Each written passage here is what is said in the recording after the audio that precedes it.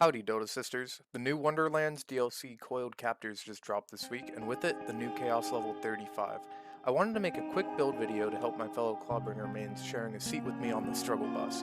Full disclaimer, this build is not a one-shot build or boss melt build. This is a build put together over a weekend while being stress tested in Chaos Chamber of 0 to 35.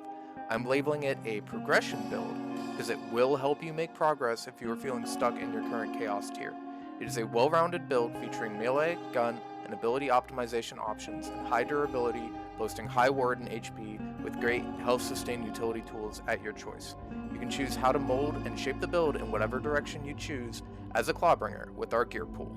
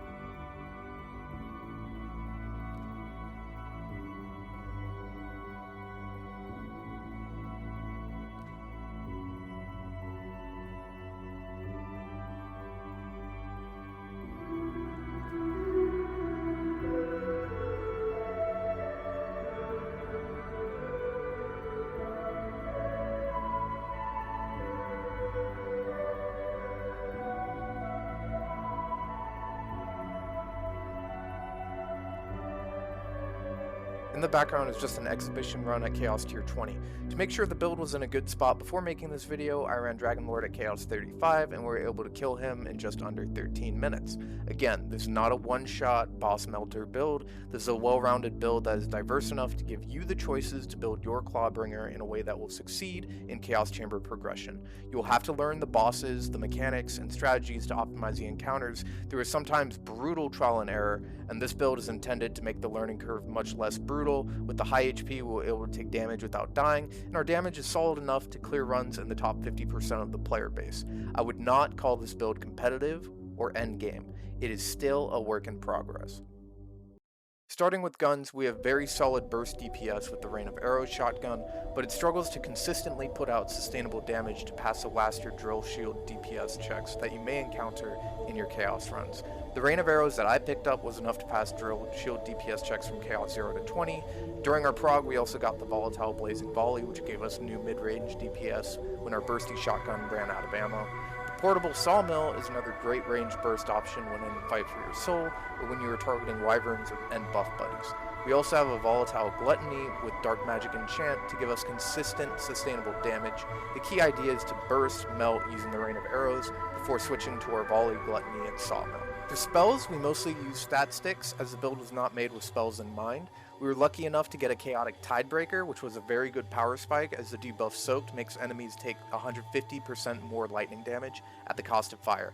I do not recommend using Tidebreaker on bosses, as this build adds additional fire damage to your guns, but Tidebreaker is great for trash mobs and boss shields. Outside of Chaotic Tidebreaker, we had a Frosting Buffmeister with melee and ability damage, but we sold it on accident.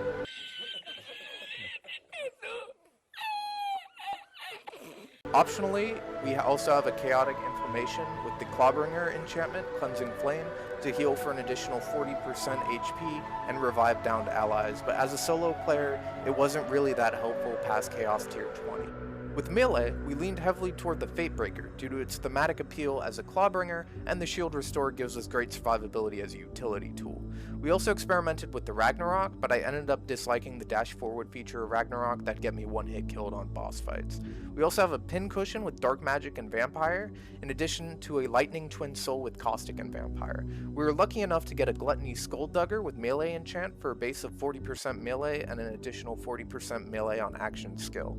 I have also picked up a Wailing Banshee of Edginess should you decide to build your Clawbringer as a melee one-shot build that you have seen on YouTube already. For rings, we have a mix of melee damage, gun damage, and ability damage, allowing us to choose which damage type to polarize into per situational encounter. For amulets like rings, we have a diverse pool, from the 1 HP high ward build to an action cooldown build.